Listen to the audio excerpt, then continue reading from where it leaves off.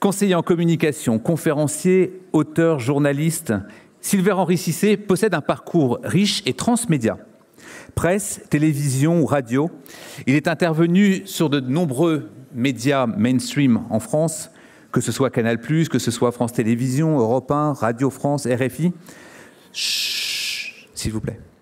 Sur de nombreux sujets, allant de la culture au sport, en passant par les problématiques de société et la politique.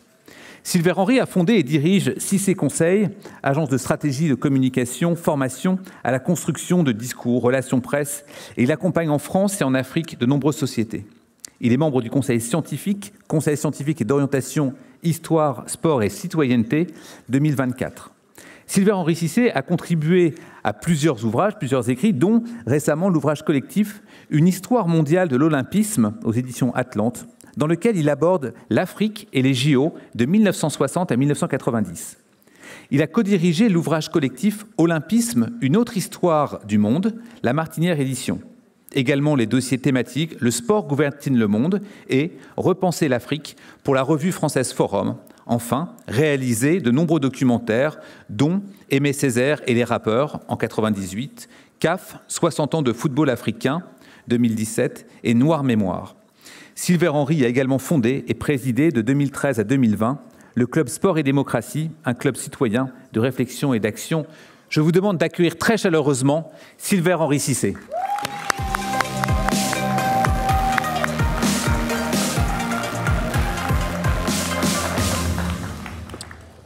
Merci, cher Xavier Pavie.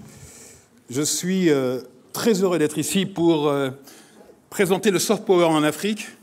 Et je suis vraiment très heureux d'intervenir devant vous, ce qui va me permettre de donner un cadre un peu plus précis à ce qui est parfois reçu avec incompréhension quand on parle du soft power sportif, et dont l'analyse se fait trop souvent à mon goût, à l'aune de l'émotion, et qui parfois nous entraîne dans l'irrationnel.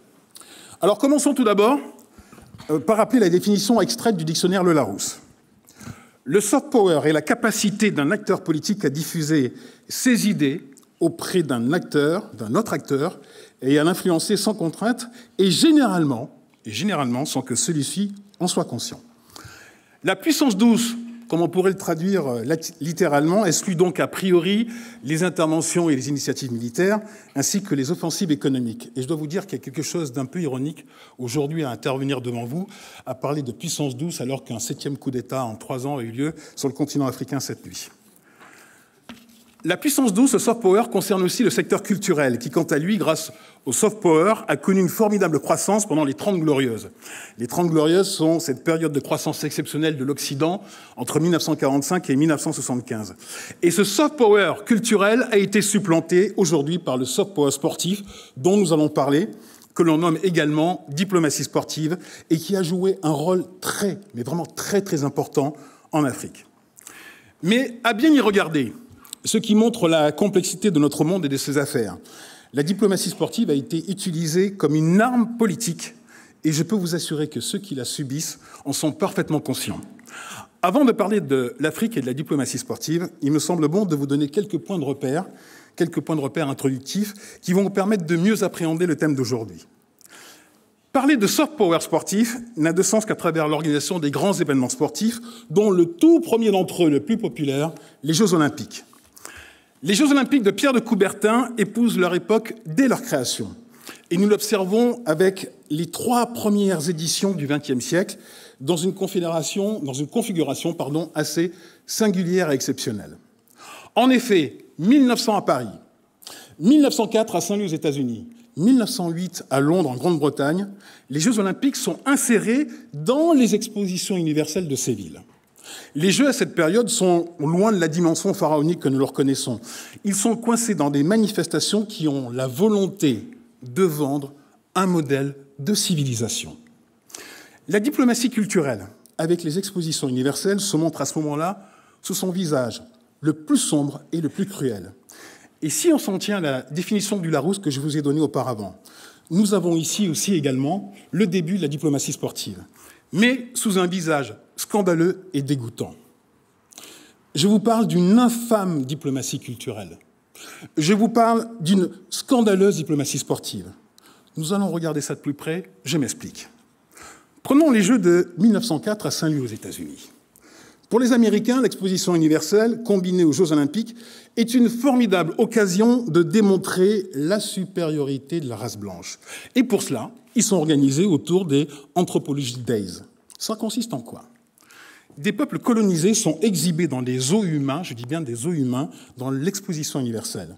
Pour les visiteurs, ce ne sont que des sauvages qui participent à des compétitions. Les opposants et les performances de ces sauvages sont ensuite comparées à celles des athlètes blancs. Vous avez compris la finalité. Il s'agit d'afficher, de véhiculer un modèle fantasmé de race supérieure à bien d'autres.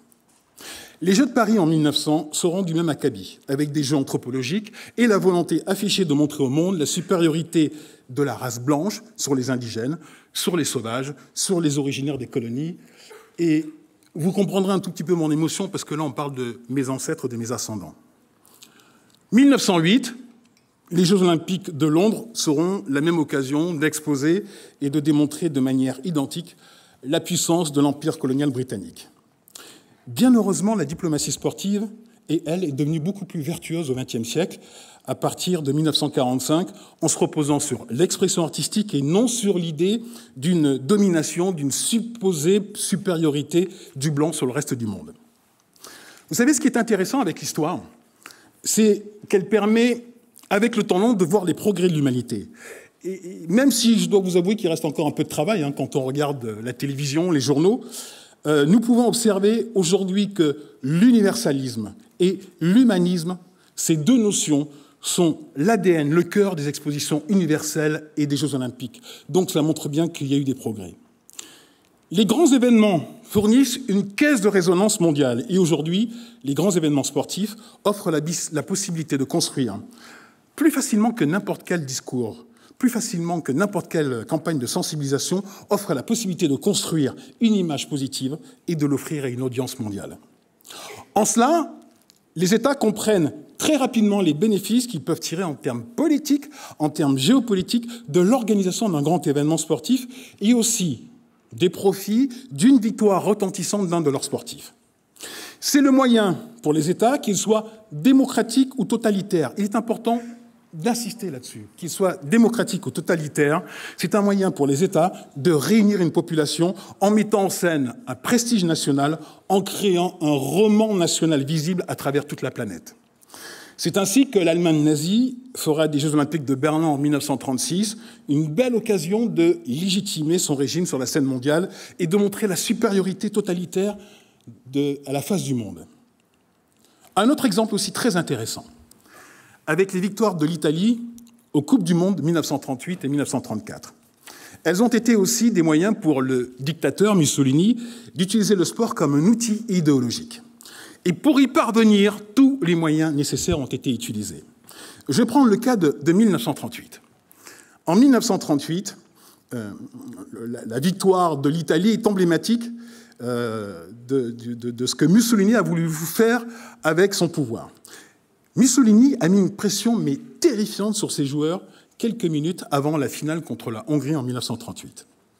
Quelques minutes avant le début du match, il fait passer aux joueurs un télégramme d'encouragement signé de sa main et qui se passe de commentaires et d'analyses que lisent les joueurs quelques minutes avant de rentrer sur le terrain, vaincre ou mourir. Et je peux vous dire que pour les Italiens, comme pour leurs adversaires hongrois, ce n'était pas une figure de style. Pour éviter le peloton d'exécution, les Italiens devaient l'emporter. Ils l'ont emporté, heureusement. 4-2. Un des joueurs hongrois a rapporté ce qu'il a vécu lors de cette finale. Il a dit, je le cite, « Je me suis jamais senti aussi heureux dans ma vie après un match. Les 4 buts que j'ai encaissés ce jour-là ont sauvé la vie à 11 êtres humains. » Je vous raconte ceci pour que vous preniez pleinement conscience des enjeux autour des grands événements sportifs. Comme la Coupe du Monde, les Jeux olympiques ou les championnats continentaux, ils poussent des hommes et des femmes à parfois dépasser la ligne du tolérable. Encore un autre exemple. Alors celui-ci avec l'équipe de Côte d'Ivoire à la Coupe d'Afrique des Nations de football en 2020. Cette équipe, elle a eu le tort d'être éliminée au premier tour de la compétition alors qu'elle était favorite. Le général Gay, qui était arrivé au pouvoir à la faveur d'un coup d'État, n'a pas supporté l'affront. Avec cette défaite, le général n'avait plus le moyen de promouvoir son régime. Alors, de retour au pays, qu'est-ce qu'il a fait? Il a envoyé l'équipe dans un camp de redressement pendant 3 jours. Et le général, dans ce camp, il a utilisé la seule carte qui lui restait en sa possession, mettre en scène son autorité devant les caméras. Et vous trouverez d'ailleurs ces images sur les réseaux sociaux. Ce sont des moments très, très gênants, parce qu'il fait un sermon. Il fait un sermon devant des joueurs qui sont totalement apeurés. Il fait un sermon pour montrer son autorité. Bon, vous me direz, ça ne lui a pas vraiment servi, puisque lui aussi a été victime d'un coup d'État et s'est fait dessouder en 2002. Les grands événements sportifs sont l'expression la plus visible de l'utilisation du sport comme un enjeu politique. Cela touche bien sûr tous les sports, toutes les compétitions d'envergure, mais surtout le plus populaire d'entre eux, le football. Et parfois, il arrive que cela donne de très très belles histoires.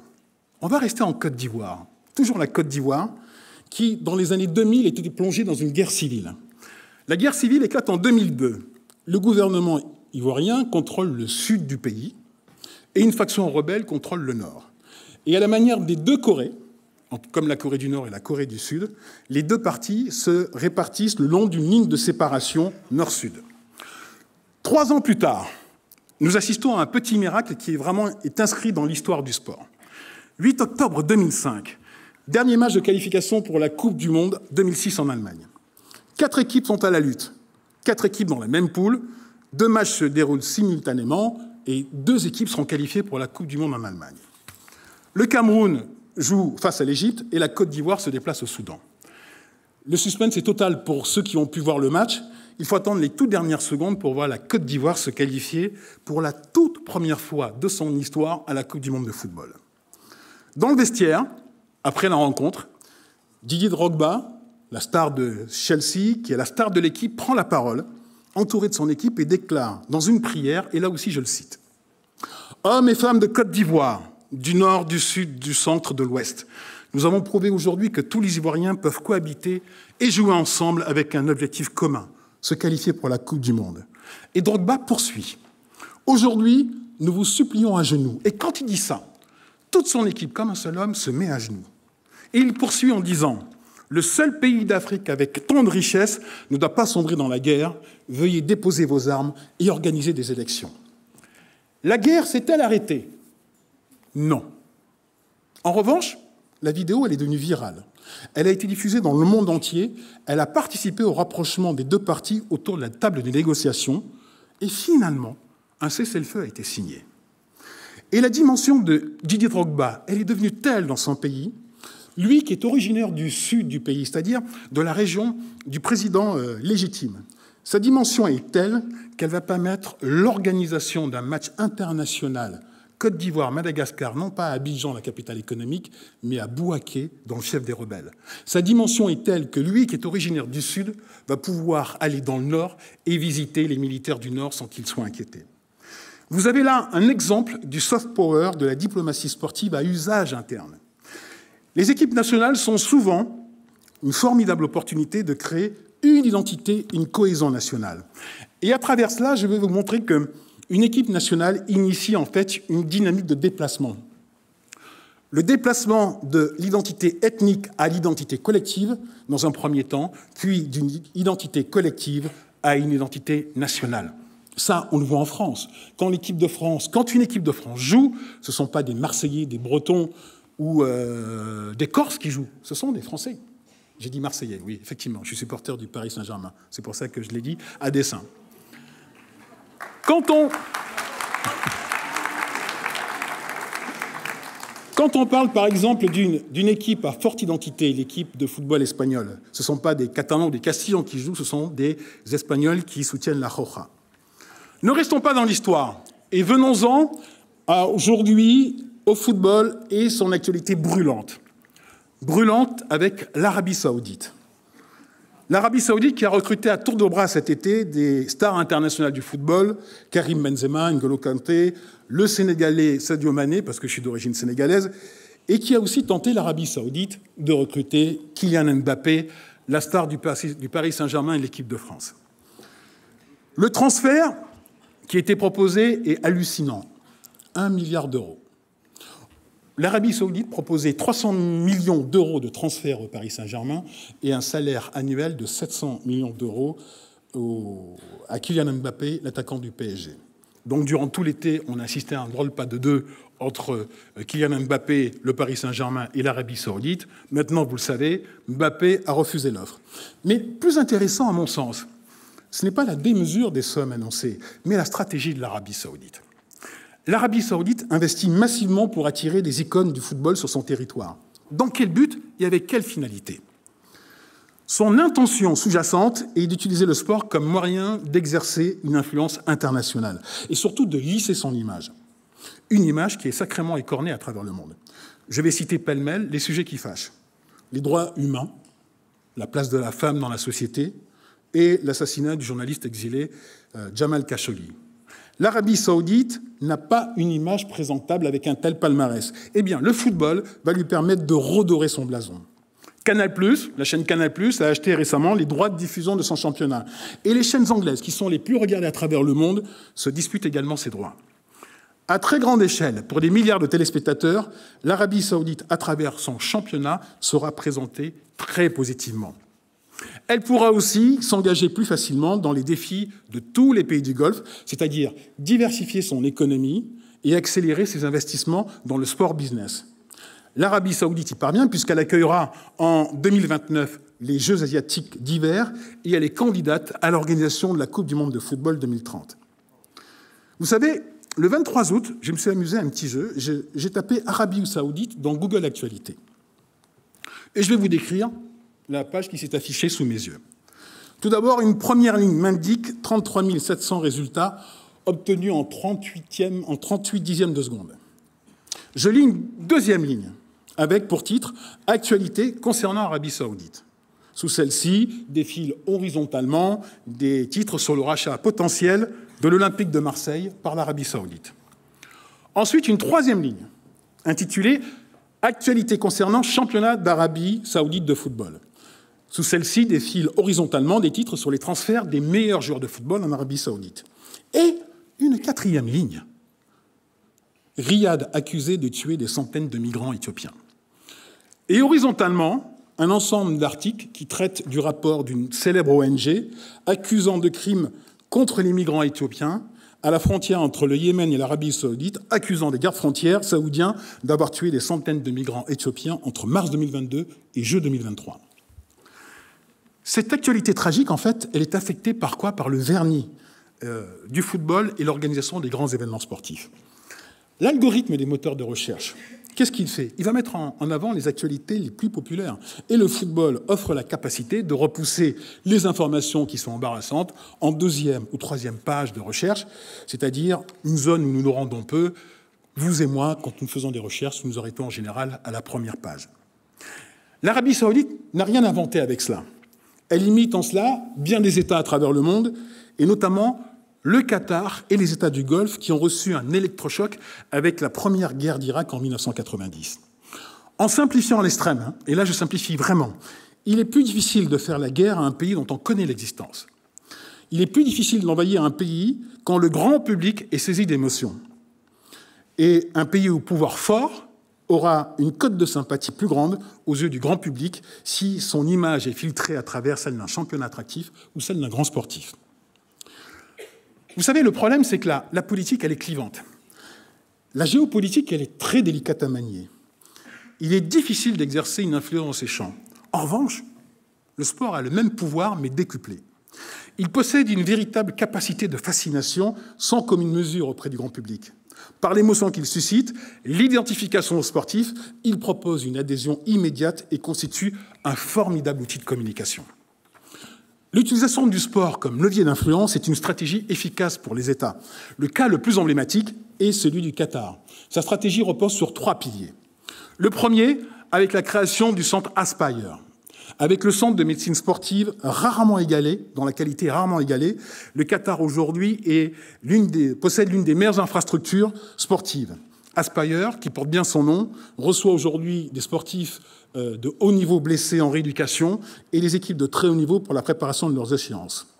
Deuxième pilier, la pratique d'un lobbying intensif auprès d'institutions internationales pour décrocher les grandes compétitions.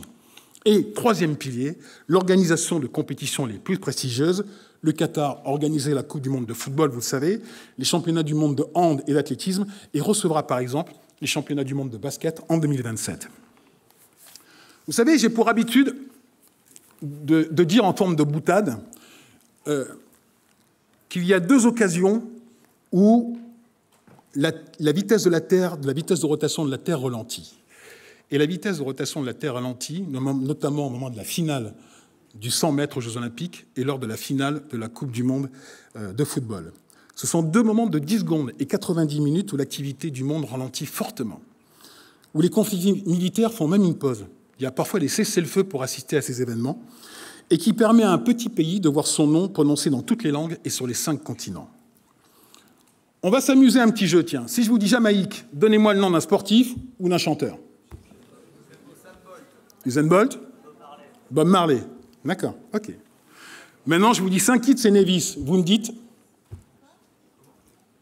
Saint Kitts et Nevis. Normal que vous ne le sachiez pas. Athlétisme. Mais là, c'est un vieux de la vieille. Il trahit son âge, là. C'est normal que vous ne le sachiez pas parce que c'est une petite île des Caraïbes, 50 000 habitants, mais qui a connu un succès formidable en 2003 avec les championnats du monde d'athlétisme, puisque le vainqueur du 100 mètres était Kim Collins, donc originaire de cette île. Et ce qui s'est passé à ce moment-là pour cette île est extraordinaire. Elle a connu une croissance, mais incroyable, parce que toutes les télés du monde entier se sont précipitées dans les Caraïbes pour voir ce qu'était Saint Kitts et Nevis. C'est un confetti. Et des reportages donc ont été diffusés à travers le monde, et la croissance touristique a explosé, ce qui a permis à cette petite île de sortir de l'anonymat. Vous comprenez maintenant, à travers cet exemple, la volonté des organisateurs de Paris 2024, de l'État français et de la ville de Paris. Il s'agit de créer un effet waouh pour attirer les touristes du monde entier et surtout montrer le savoir-faire français en organisation de spectacles d'exception. Avec néanmoins une problématique en 2024, problématique politique et géopolitique, la présence ou non des athlètes russes et biélorusses. C'est un autre sujet dont nous pourrons peut-être parler dans les questions-réponses. La présence des athlètes russes et biélorusses. Dès les origines des Jeux Olympiques en 1896 à Athènes, on trouve l'utilisation du sport dans un contexte géopolitique et politique. À cette période, nous observons une recrudescence des nationalismes, une époque d'ailleurs qui n'est pas sans rappeler la période actuelle, et Pierre de Coubertin en fera les frais. Pierre de Coubertin, le Français, qui est le fondateur des Jeux Olympiques, des Jeux modernes, on va tenter de l'effacer à ce moment-là. Le prince héritier grec, Constantin, qui reçoit les premiers Jeux modernes à Athènes, voit s'employer pour qu'il ne soit pas cité dans la presse et pour qu'il ne soit pas cité dans les discours comme l'inspirateur des Jeux Olympiques. Pourquoi ? Parce qu'à ce moment-là, en Grèce, nous sommes dans une période de crise très aiguë. La population exprime son mécontentement envers la famille royale et les partis politiques, et le succès de ce grand premier événement sportif, qui plus est couronné par un vainqueur du marathon de nationalité grecque, est une aubaine pour la famille royale qui va s'en saisir, et le prince héritier va récupérer les bénéfices de cette fête populaire qui réussit sans que Pierre de Coubertin ne soit cité. Vous voyez ? La politique a su très tôt tirer avantage des grands événements sportifs. Avec les repères que je viens de vous donner, nous pouvons maintenant en arriver à l'Afrique et son utilisation du soft power sportif, parce que le continent va en faire une arme politique, une arme redoutable. L'Afrique sera affûtée et disposée d'un objet d'une grande efficacité, et pour cela, je vais l'appeler arme de conviction massive. 1957 est la date clé, le commencement d'une grande importance. Si nous pouvions effectuer une datation de cet événement carbone 14, il est fort à parier que le 8 février 1957 serait la marque à l'origine du soft power africain. 2 ans après la conférence des pays non alignés en Indonésie, la Confédération africaine de football, la CAF, pas la caisse d'assurance familiale, mais la CAF, la Confédération africaine de football, voit le jour. Le 8 février 1957, dans les grands salons de l'hôtel de Khartoum, la CAF marque les esprits en créant dans le même temps la CAN, la Coupe d'Afrique des Nations. Le même jour, nous avons la création de la CAF, la Confédération, et de la compétition, la Coupe d'Afrique des Nations. 2 jours seulement après ce premier congrès de la CAF, la première Coupe d'Afrique des Nations se déroule à Khartoum au Soudan. 4 pays vont se disputer le titre. L'Égypte, l'Éthiopie, le Soudan et l'Afrique du Sud. Nous sommes dans une période d'une grande prise de conscience africaine et du développement du panafricanisme qui est porté par le Ghanéen Nkrumah et le Congolais Patrice Lumumba. Dès sa naissance, la CAF, la Confédération africaine de football, dans un acte fondateur, prend une décision révolutionnaire, le rejet de la politique ségrégationniste de l'Afrique du Sud. Le sport n'échappe pas à la ségrégation en Afrique du Sud. Les fédérations sportives en Afrique du Sud, à ce moment-là, sont divisées en 4 fédérations. Une pour les métis, une pour les Indiens, une pour les Noirs et une pour les Blancs. Et cette disposition pour les 3 pays d'Afrique de l'Est est insupportable. Donc l'Égypte, le Soudan et l'Éthiopie excluent l'Afrique du Sud, le 4e membre fondateur de la CAF et de la CAN, en raison de sa politique de discrimination. Alors que la FIFA n'avait pas bougé, alors que le CIO n'avait rien fait, la Confédération africaine de football va devenir la première institution à s'opposer fermement à la politique raciste de l'Afrique du Sud et attirer l'attention de la communauté internationale sur la situation sud-africaine. Et ce sera une révélation, et ce sera même une révolution. Comprenez bien, nous sommes à l'aube de la vague de décolonisation. Nous sommes au début des années 60. Et les pays bientôt indépendants n'ont pas de moyens de s'appuyer sur la force armée ou sur la force économique pour se faire entendre. Comme ils n'ont pas la force armée, comme ils n'ont pas la force économique, ils vont s'appuyer, ces États africains, sur ce soft power parce qu'ils comprennent le parti qu'ils peuvent tirer de l'utilisation du sport comme une arme de conviction massive. Ils n'ont pas de poids de politique, ces États africains. Et le sport va devenir l'un des rares territoires où ils vont pouvoir se faire entendre à travers le monde. C'est avec ce soft power qu'ils vont pouvoir influencer avec la puissance 12. Donc. Et cela va se vérifier au fil des ans. Ils vont le faire en structurant leur message dans un combat autour de la lutte contre l'apartheid, qui aboutira à la libération de Nelson Mandela. Avec la CAN et la CAF, nous avons le premier exemple de soft power sportif à l'échelle internationale sur le continent africain. Il permet aux David d'utiliser un formidable levier d'influence contre les Goliaths.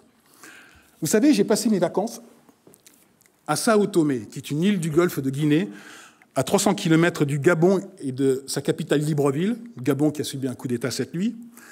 Entre parenthèses, je vous recommande ce pays qui est vraiment magnifique. Mais comment ce pays de 220 000 habitants, c'est un pays de 220 000 habitants, Sao Tomé, qui est au 135e rang mondial parmi 189 à l'indice de développement humain, qui est un confetti qui est perdu dans l'Atlantique, qui n'a que l'exportation du cacao, l'huile de palme et du tourisme en force économique, comment peut-il se faire entendre des grandes puissances ? Eh bien, par le soft power sportif. Sa voix, dans les fédérations sportives internationales et continentales, compte tout autant que les grandes nations. Elle compte tout autant sa voix que celle de l'Égypte et ses 100 millions d'habitants, que le Nigeria et ses 200 millions d'habitants, que celle des États-Unis, de la Chine ou de l'Inde. Au nom du principe, une voix, un vote. Sao Tomé peut faire entendre sa voix auprès de sa fédération continentale et auprès des fédérations internationales. Un candidat aux plus hautes fonctions sportives en a besoin, et les candidats aux plus hautes fonctions sportives l'ont bien compris. L'Afrique représente 54 pays sur un peu moins de 200 que contre notre terre. Elle a la capacité de faire et de défaire les ambitions des candidats à une présidence internationale. C'est pourquoi elle est cajolée. Sans les votes africains, les candidats à la présidence des fédérations des plus grands sports comme le foot, le basket ou l'athlétisme n'ont aucune chance de se faire élire. En contrepartie, il s'agit de faire bénéficier l'Afrique du ruissellement. C'est ainsi que la Coupe du monde FIFA en 2010, que les championnats du monde de judo en 2013 au Maroc, que les championnats du monde de cyclisme en 2025 au Rwanda, ou encore les premiers Jeux olympiques en Afrique, ce seront les Jeux olympiques de la jeunesse à Dakar en 2026, sont quelques exemples significatifs obtenus par les armes de conviction massive. Une arme qu'elle utilise aussi sur le plan politique au moment des élections dans les fédérations internationales. Je m'explique. Ce sont dans ces séquences qu'un petit pays peut demander à une grande nation un financement d'infrastructures, une aide plus conséquente au développement en contrepartie d'un vote. Alors, ce ne sera jamais affiché publiquement, car là, nous sommes sur le fil de la morale et des lois en vigueur. Tout se déroule dans le secret d'échanges diplomatiques au plus haut niveau. Ce sont dans ces séquences que les nations africaines peuvent demander aux candidats à l'organisation de grandes compétitions et à leurs hommes politiques d'être plus attentifs à certains dossiers qui sont épineux.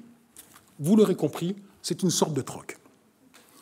Ce troc, il s'est déplacé sur le terrain des Jeux Olympiques, mais sous une forme différente. Sous une forme différente parce qu'elle tient à la structure de la gouvernance du Comité olympique international, où les membres ne sont pas élus, mais ils sont nommés. L'Afrique peut se faire entendre dans une élection pour une fédération avec 54 pays votants. Elle possède une marge de manœuvre plus réduite sur le CIO. Alors comment faire pour peser et se faire entendre? Là, le continent africain va utiliser un autre levier. Et ce levier, c'est la menace du boycott. Regardons maintenant dans l'histoire comment l'Afrique a utilisé une autre arme de conviction massive. Le début des années 60 est marqué par la vague des décolonisations. En 1963, l'organisation de l'Union africaine, l'OUA, voit le jour. C'est l'ancêtre de l'Union africaine que l'on connaît aujourd'hui. Et l'OUA va marquer sa naissance par un engagement très fort, bannir définitivement le colonialisme et l'oppression raciale du continent. Les 21 premiers signataires de l'organisation panafricaine qui sont réunis à Addis Abeba, la capitale de l'Éthiopie, actent la création de l'organisation de l'Union africaine en excluant l'Afrique du Sud. Une décision qui rentre en conflit avec la volonté d'Avery Brundage. Brundage est le président américain du Comité international olympique. Brundage, pour vous le décrire, c'est un WASP conservateur, antisémite, dont les idées sont assez proches du Ku Klux Klan. Vous pensez bien qu'il veut maintenir l'Afrique du Sud dans le concert des nations sportives. En fait, pour les membres du Comité international olympique et pour le CIO, l'arrivée de ces nouveaux pays, c'est une épine dans leurs pieds. Parce que ces pays nouvellement indépendants intègrent progressivement le système, commencent à bousculer les grands équilibres sportifs, comme les équilibres géopolitiques. Et je vous rappelle que nous sommes dans les années 60, c'est-à-dire que la composition des membres du Comité international olympique ne connaît pas de diversité. Pas de diversité de genre, pas de diversité sociale, pas de diversité mélanique, et se trouve très éloigné des préoccupations des nouveaux États africains. S'ils n'ont pas les moyens d'agir directement au niveau de la gouvernance suprême, par faute de combattants, les pays africains peuvent faire passer des messages. Et c'est ce qu'ils vont faire. Et cette pression va fonctionner. 1963, création de l'Organisation de l'Union africaine. Et 1964, le congrès du Comité international olympique exclut l'Afrique du Sud des Jeux olympiques de Tokyo. Le Comité olympique, à ce moment-là, va céder en fait à une triple pression. Une triple pression, celle de l'ONU qui ordonne des sanctions contre le régime de l'apartheid, celle de la FIFA qui, enfin, va mettre au banc le régime de Pretoria, et aussi celle des pays africains qui sont parvenus à créer des interférences politiques par leurs comités olympiques nationaux africains, où se mêlent condamnation d'un régime et le besoin de reconnaissance internationale. C'est cette stratégie qui explique la mauvaise articulation entre le Comité olympique international et les comités nationaux olympiques africains nouvellement créés. Parce que le statut olympique rentre en conflit avec la démarche des pays décolonisés. Quand vous lisez la charte olympique, il est écrit ceci: les comités nationaux olympiques doivent préserver leur autonomie et résister à toutes les pressions, y compris, sans s'y restreindre, les pressions politiques, juridiques, religieuses, économiques, qui pourraient les empêcher de se conformer à la charte politique. Et pendant près de 30 ans, c'est-à-dire qu'entre 1960 et 1990, nous aurons un dialogue de sourds entre le Comité international olympique et l'Afrique. Et cette tension, elle va monter d'un cran avec la création, l'avènement des premiers Jeux africains à Brazzaville en 1965. Là aussi, avec la création de ces premiers Jeux africains à Brazzaville en 1965, il faut voir un besoin d'indépendance. L'Empire britannique a créé les Jeux du Commonwealth en 1930. Et ces Jeux sont devenus un élément structurant de la diplomatie britannique. La France, qui va chercher à conserver le lien avec ses anciennes colonies, va créer les Jeux de l'amitié. Ces Jeux, cette compétition sportive, ne connaîtront que 3 éditions au début des années 60, à Madagascar, Abidjan et Dakar. Pour la France, c'est une manière d'assumer une continuité avec les pays de l'ex-empire colonial, et cette continuité va donner naissance à la francophonie. Et en réponse, pour affirmer leur indépendance, les ministères des Sports africains créent les Jeux africains en 1965. Mais c'est l'année d'après qu'on va rentrer dans le dur.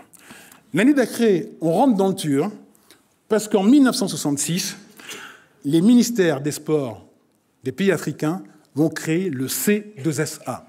Le C2SA, le Conseil supérieur du sport africain. Cette émanation de l'OUA a un objectif affiché, coordonner le sport et le mouvement olympique africain. Mais il faut surtout considérer le Conseil supérieur du sport africain, le C2SA, comme un relais politique de l'organisation de l'Union africaine, qui a compris l'importance que le sport a pris en tant que levier diplomatique. Et le C2SA va saisir l'occasion de cristalliser en fait son action autour de la lutte contre l'apartheid. L'Afrique du Sud est bousculée par la médiatisation croissante du combat du Conseil supérieur du sport africain. Et l'Afrique du Sud, elle va essayer de s'en sortir. Qu'est-ce qu'elle va faire? Elle va aménager ses dispositifs raciaux. En 1967, puisqu'elle est bousculée, elle met en place un dispositif plutôt surprenant. Elle autorise la pratique du sport entre noirs et blancs en dehors de ses frontières. Pas chez elle, en dehors de ses frontières. Pas sur le territoire sud-africain, mais à l'international. Alors, pour Brundage, le président américain, pour lui, l'occasion est très belle. Il valide cette décision. L'occasion est trop belle de ramener un peu de calme dans la maison. Il considère, Brundage, que c'est un bon compromis. Au nom de cette nouvelle législation, lors de son congrès de février 68 aux Jeux olympiques d'hiver à Grenoble, il inscrit l'Afrique du Sud aux Jeux olympiques d'été qui doivent se dérouler la même année à Mexico. Le moins qu'on puisse dire, c'est que le C2SA et le CIO ne sont pas dans la même dynamique. Cette décision pour le Conseil supérieur du sport africain, mais ça sonne comme une provocation. Pour eux, c'est le baiser du scorpion. Ils comptent leurs partisans et ils envoient un ultimatum à Brundage. Et là, nous découvrons que ce sont en fait près de 50 pays qui actent un boycott des Jeux olympiques si l'Afrique du Sud y participe. Alors, le Comité international olympique, qui est favorable à l'intégration, au maintien de l'Afrique du Sud, va tenter de diviser le C2SA. Ils vont tenter de négocier, mais rien n'y fait. Les Africains vont rester solidaires et déterminés. Finalement, le Comité international olympique reculera pour plusieurs raisons. Tout d'abord parce que 1968, Mexico, ce sont les premiers Jeux organisés dans un pays émergent et le boycott serait catastrophique en termes d'image. Et après, comment encourager d'autres pays émergents à se porter candidats? Mais la principale inquiétude du Comité international olympique vient de la naissance de l'idée de Jeux parallèles organisés par l'Afrique et les pays non alignés. Et cette tension est aussi exacerbée par la guerre froide. Nous sommes en période de guerre froide. Et la crainte des pays de l'Ouest, qui incarnent le monde libre, est de voir un glissement des nations afro-asiatiques vers les théories du bloc de l'Est. Pour le Comité international olympique, il faut prendre une décision en urgence. Une urgence qui sera matérialisée par une assemblée générale extraordinaire qui est convoquée d'Ardar les 21 et 22 avril 68 à Lausanne. Et lors de ce Comité international olympique, lors de ce congrès, le Comité olympique revient sur sa décision d'admettre les athlètes sud-africains de participer aux Jeux olympiques de Mexico. Là, c'est manifestement une victoire diplomatique du Conseil supérieur du sport africain, qui impose un défi au Comité olympique. C'est une défaite pour le Comité olympique international, dont la charte stipule que les Jeux olympiques sont des compétitions entre athlètes et non entre pays. Le Comité international olympique, quant à lui, n'a de cesse de se tenir éloigné des désordres, des soubresauts du monde, alors que le C2SA est parvenu à immiscer son combat dans la mécanique olympique et à utiliser le sport comme un moyen de communication politique avec un double objectif à ce moment-là. Maintenir une harmonisation des positions des ministères des sports africains et consolider un front uni contre l'Afrique du Sud. Cette situation, elle met en lumière le paradoxe du Comité international olympique. Ce paradoxe, on le vit à chaque Olympiade, parce que le CIO se veut neutre. Mais comment mettre le sport au service de la paix et de l'humanité quand on doit composer avec les autorités politiques? Le CIO, s'il s'accommode du système dans les pays où il organise des Jeux olympiques, eh bien, il aura toujours une forme de méfiance avec le C2SA, le Conseil supérieur du sport africain, avec qui il sera toujours en bataille et qu'il ne reconnaîtra jamais juridiquement. C'est un tête contre tête. Vous savez, dans le sport, tête contre tête, c'est quand on est en colère, on se met l'un contre l'autre et on va au défi. Eh bien, c'est un tête contre tête entre le C2SA et le CIO. Et il va perdurer tout au long des années 70. Le problème sud-africain va revenir sur la table lors du congrès du Comité international olympique à Amsterdam en avril 1970. Le C2SA va utiliser la méthode nord-coréenne pour convaincre les membres du CIO. Est-ce que vous connaissez la méthode nord-coréenne? Non. Pendant la guerre de Corée, dans les années 50, quand des Nord-Coréens attrapaient un pilote américain, il lisait le petit livre rouge de Mao, de la première à la dernière ligne. Et quand ils avaient fini, il lui demandait « Est-ce que vous êtes d'accord ?» Le pilote américain disait « Bah non, c'est pas grave, on recommence. 1 fois, 2 fois, 10 fois, 100 fois, 1000 fois. » Exténué, le pilote américain fatigué, il disait à la fin « Oui ». Eh bien, c'est ce que va faire le C2SA. C'est-à-dire qu'il va utiliser cette méthode pour dénoncer l'apartheid. Et ça marche. Parce que lors de ce congrès à Amsterdam, en 1970, le C2SA parvient à convaincre l'ensemble des membres du Comité international olympique à voter à l'unanimité l'exclusion des athlètes sud-africains. Et pourtant, ils ne sont pas réputés progressistes, les membres du CIO. Bon, il ne faut quand même pas exagérer, parce qu'ils ne sont pas progressistes, mais ils acceptent l'exclusion des athlètes, mais certains d'entre eux réclament le maintien du Comité national olympique sud-africain. Et là, une nouvelle bataille va se dérouler. Il faut passer au vote. Est-ce qu'on doit maintenir ou exclure le Comité national olympique sud-africain? Eh bien, le Comité national sud-africain est rejeté par le C2SA et le clan des progressistes par 38 voix contre 25 et 3 abstentions. Le Comité olympique sud-africain donc est officiellement exclu du mouvement olympique en 1970 lors de ce vote. Comme on peut le constater, l'Afrique politique ne cesse de s'affirmer sur la scène olympique et elle va insister avec la Rhodésie, voisine de l'Afrique du Sud et qui pratique, elle aussi, un racisme d'État. 1972, 2 jours avant le début des Jeux olympiques de Munich, les comités nationaux olympiques africains menacent de boycotter les Jeux si la Rhodésie y participe. Le vote, là aussi, est très serré. Et nous avons donc un comité olympique à l'image du monde, c'est-à-dire divisé entre 2 blocs. Effectivement, la Rhodésie est exclue des Jeux, mais dans un score très, très serré. 36 voix contre, qui sont pour l'exclusion, et 31 voix pour et 3 abstentions pour le maintien. Et là, ce sera la fin de la présidence de l'Américain Brundage, parce que son entêtement à soutenir la présence d'un État raciste le pousse à abandonner la présidence du CO, qui revient à un Irlandais, l'Irlandais Lon Killanena. Les Jeux de Mexico et de Munich vont préparer le socle du boycott de 1976 à Montréal. Il a pour origine, ce boycott de 1976 à Montréal, un jour qui reste encore un drame et un traumatisme pour l'Afrique du Sud. Nous sommes le mercredi 16 juin, et des jeunes gens qui vous ressemblent, qui sont des étudiants, qui sont des lycéens, défilent à Soweto contre la pratique de l'afrikaner, l'utilisation de l'afrikaans comme langue au lycée et en université. Et pour les Noirs et pour les Métis, il est insupportable de pratiquer la langue du colonisateur, la langue de l'oppresseur. Donc ils vont manifester. Ils vont manifester à Soweto, ils seront contre justement la pratique de l'afrikaans, qui est la langue du colonisateur qui considère les Noirs comme des meubles, comme des sous-hommes. Et que fait la police sud-africaine pendant les manifestations? Eh bien, elle disperse la foule à balles réelles.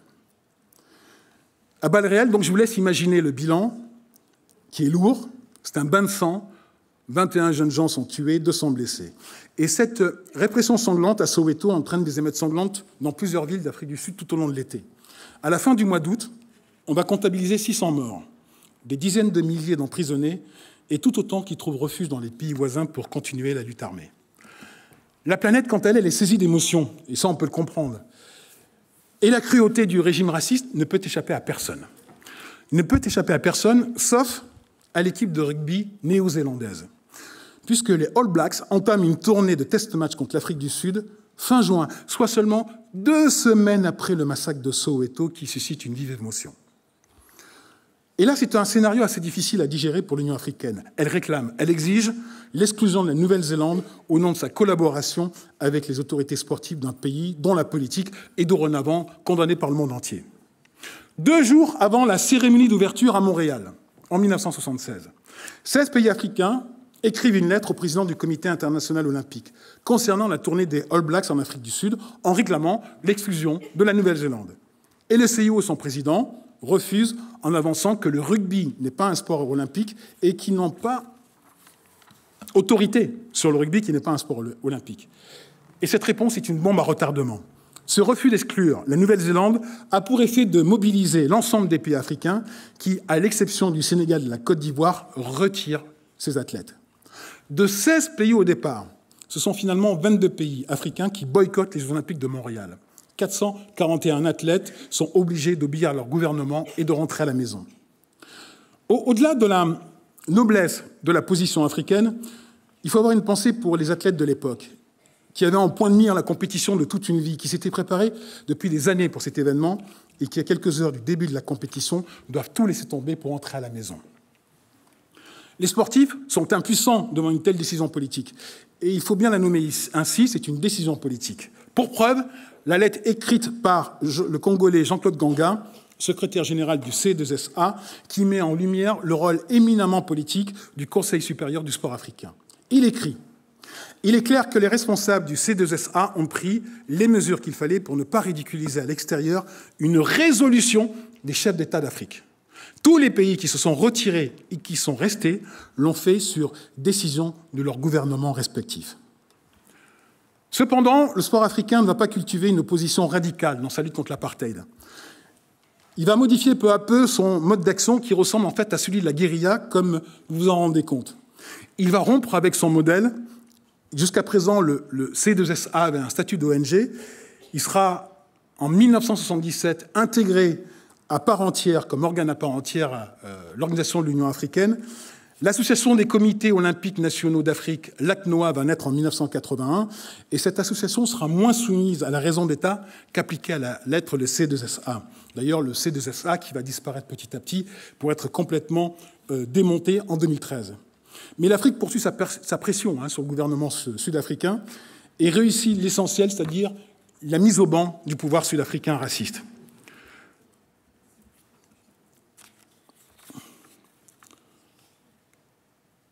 Par son action, c'est l'une des rares fois où le continent va montrer la réalité du panafricanisme.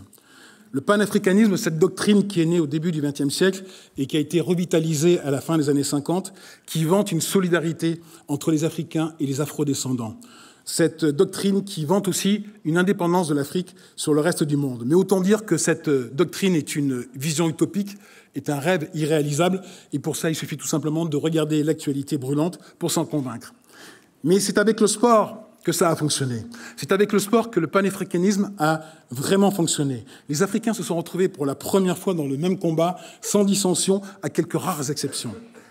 Deuxièmement, par son entêtement à utiliser le sport comme arme politique, l'Afrique a réuni quasiment l'ensemble du continent derrière la même cause, ce qui va conduire le 11 février 1990 à la libération de Mandela, le 30 juin 1991 à la fin officielle de l'apartheid, et l'Afrique du Sud reviendra aux Jeux Olympiques de Barcelone en 1992 avec, dans la tribune officielle et présidentielle du stade olympique, la présence du plus ancien prisonnier politique avec la présence de Nelson Mandela. Je vous remercie.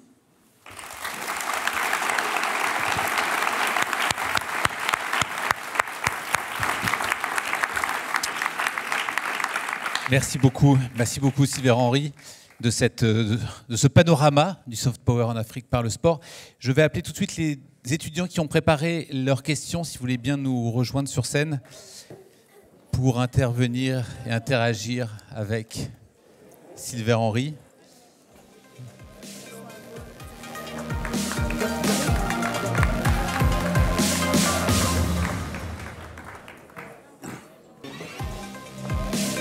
Asseyez-vous, asseyez-vous.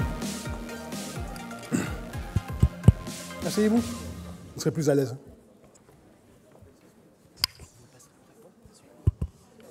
Tout d'abord, merci pour votre intervention, c'était très intéressant. Alors, je vais m'éloigner un petit peu de votre... Ah, d'accord, pas de souci. Je vais m'éloigner un petit peu de votre propos. Vous expliquez sur le site de Cissé Conseil que vous avez depuis longtemps baigné dans le domaine des médias, notamment de la radio associative. Je voulais vous demander qu'est-ce qui vous avait poussé comme événement, comme rencontre, à vous lancer dans le domaine des médias, de la communication. Voilà. Vous voulez l'histoire vraie ? Bon. Bien sûr. Je suis né avec les radios pirates. C'est-à-dire quand les radios n'étaient pas autorisées en France, nous étions quelques amis à pratiquer la radio avec un tout petit émetteur qui était à peu près grand comme ça, dans une chambre de bonne, dans une ville du nord de la France, avec les quarts de CRS qui tournaient dans le quartier parce qu'on n'avait pas le droit d'émettre et qui cherchaient en fait à trouver l'origine du point d'émission. Mais avant d'en venir à pratiquer cette radio pirate, je discutais avec un ami, comme j'étais dingue de cinéma, qui m'a dit « Viens parler de la guerre des étoiles, puisque tu adores le cinéma, tu es dingue de cinéma. » Je dis « Mais qu'est-ce que je vais faire sur ta radio? J'ai rien à y faire, ça ne m'intéresse pas. Moi, ce qui m'intéresse, c'est écrire et c'est le cinéma. Viens parler de la radio. » Et le jour où je suis venu, parce que j'ai perdu un pari à parler dans la radio, à parler dans un micro, je suis tombé raide dingue de ce moment-là, de cette ambiance, du choc électrique que j'ai ressenti en parlant dans un micro. Et c'est comme ça que ça a commencé à la fin des années 70. Et après, bon, j'ai continué, radio associative, privée, radio libre. J'ai participé à la création de Fun, que vous écoutez peut-être, avec les dissidents d'énergie. Il y a eu Radio France Internationale, Europe 1, RTL, et voilà quoi. Merci beaucoup. Ok. Donc, merci pour votre intervention riche en enseignements sur la diplomatie sportive. Je vais rebondir aussi encore une fois sur votre parcours, parce que vous n'en avez pas beaucoup parlé, mais quel est l'un des challenges auxquels vous avez été confronté personnellement, on va dire, dans le domaine du sport durant votre carrière qui a nécessité, je ne sais pas moi, que vous surmontiez en faisant preuve de créativité voilà. Précisez votre question, jeune fille. Vous avez un parcours assez riche. D'après donc les recherches que j'ai faites, vous avez fait de la radio, de la télévision, et en passant de l'un à l'autre, j'imagine qu'il y a des choses qui diffèrent. Et vous parlez également énormément des relations entre l'Europe et l'Afrique. Donc, durant votre parcours, est-ce que vous avez été confronté personnellement à... Non, pas personnellement, mais est-ce qu'il y a un challenge en particulier qui ressort régulièrement? J'adore cette question. J'adore cette question parce qu'on me la pose très très souvent. J'étais invité il y a 2 mois de cela sur la télévision ivoirienne. On m'a posé la question à peu près dans les mêmes termes. Donc je l'ai précisé. Je l'ai précisé et j'ai dit à la journaliste, est-ce que j'étais victime de racisme? Elle m'a dit, oui, c'est ça en fait. Oui, j'ai été victime de racisme. Et je lui ai répondu exactement ça. J'ai été victime de racisme comme les roux peuvent l'être, comme les gros peuvent l'être, comme les grands peuvent l'être. Mais surtout ce qui m'intéresse, et je m'intéresse à la moitié du verre plein.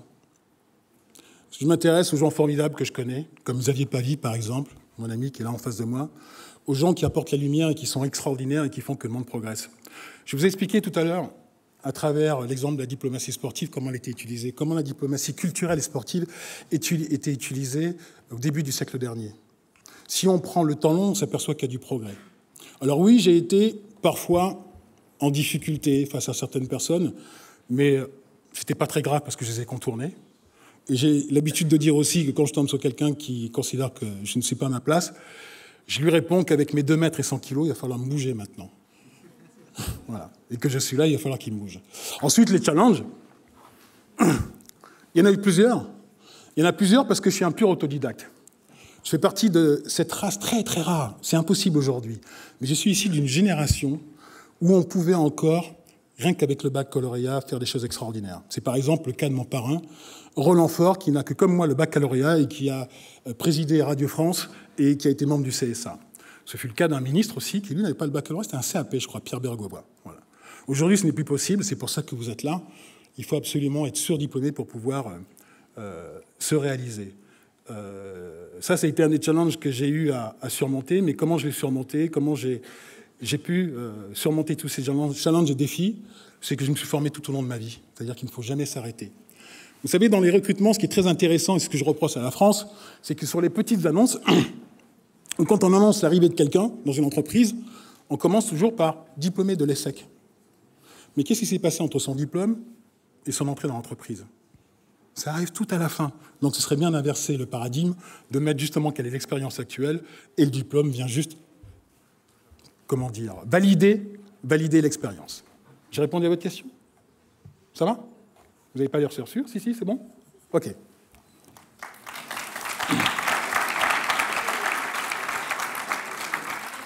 Donc, encore une fois, merci pour votre intervention. Moi, j'aimerais juste savoir comment vous encourageriez ou quels conseils vous donneriez aux jeunes actuellement pour se diversifier, changer de voie comme vous avez pu le faire au travers de votre carrière.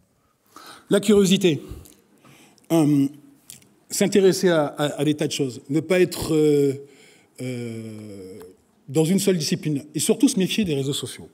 Parce que quand on est sur les réseaux sociaux, en fait, on est encouragé à plonger dans la spécialité ou dans la spécialité qui nous intéresse. Ne pas hésiter à voir comment, en fait, fonctionne le monde. Le monde, il est vaste, il est hyper intéressant. Et ne pas hésiter à voyager, à rencontrer des gens. J'en discutais avec Xavier il y a quelques instants de cela. Vous savez, moi, j'ai pris la décision, il y a 10 ans, de voyager régulièrement à travers le monde. Et ensuite, j'ai pris la décision, il y a 5 ans, 1 semaine par mois, de me retrouver dans un pays étranger pour travailler. Et si possible, l'Afrique. Donc, je prends mes ordinateurs, je les mets dans un hôtel et je travaille depuis un pays sur mes activités parisiennes. Mais simplement, en sortant en la fin de journée, au milieu de journée, je suis ailleurs, je rencontre des gens et c'est exceptionnel. Ne pas hésiter à lire, ne pas lire que dans sa spécialité, s'intéresser à des tas de choses et surtout ne pas hésiter à rencontrer des gens. C'est l'échange qui va être formidable. C'est les opportunités qui vont vous permettre de pouvoir changer de voie. C'est les rencontres qui vont permettre de changer de voie. Si vous restez figé dans votre spécialité, dans votre bureau, dans votre entreprise, vous aurez peu de chance de changer de voie. Donc n'hésitez pas à le faire. Voyagez, rencontrez, lisez. Et surtout, en tant que journaliste, recoupez les informations. Ça, c'est le conseil que je vous donne à vous tous.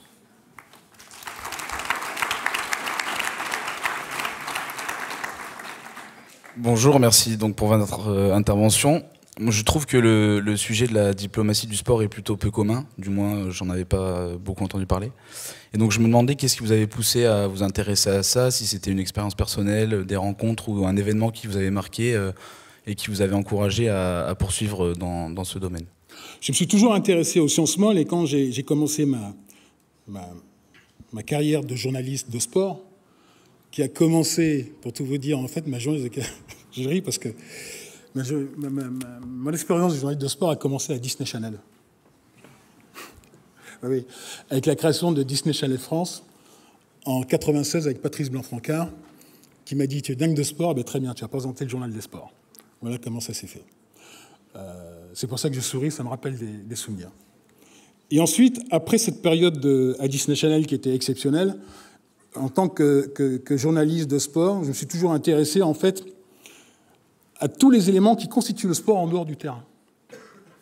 L'économie, la géopolitique, la politique. Et à force de lecture, de rencontres, eh bien, je me suis ancré dans ce secteur-là. Ce qui m'a amené à créer Sport et démocratie en 2013, qui a été une très belle expérience aussi entre 2013 et 2020. C'est l'appétence pour cette matière, tout simplement. Merci. Merci beaucoup, merci infiniment à vous tous. C'est déjà terminé ? Et c'est déjà terminé, évidemment, si certains rapidement veulent après échanger avec Sylvain Henry, vous pouvez le faire. La prochaine conférence est cet après-midi, en fin d'après-midi, soyez évidemment à l'heure et d'ici là, vous pouvez rejoindre vos tuteurs. Merci encore, Sylvain Henry. Merci à vous tous. Merci.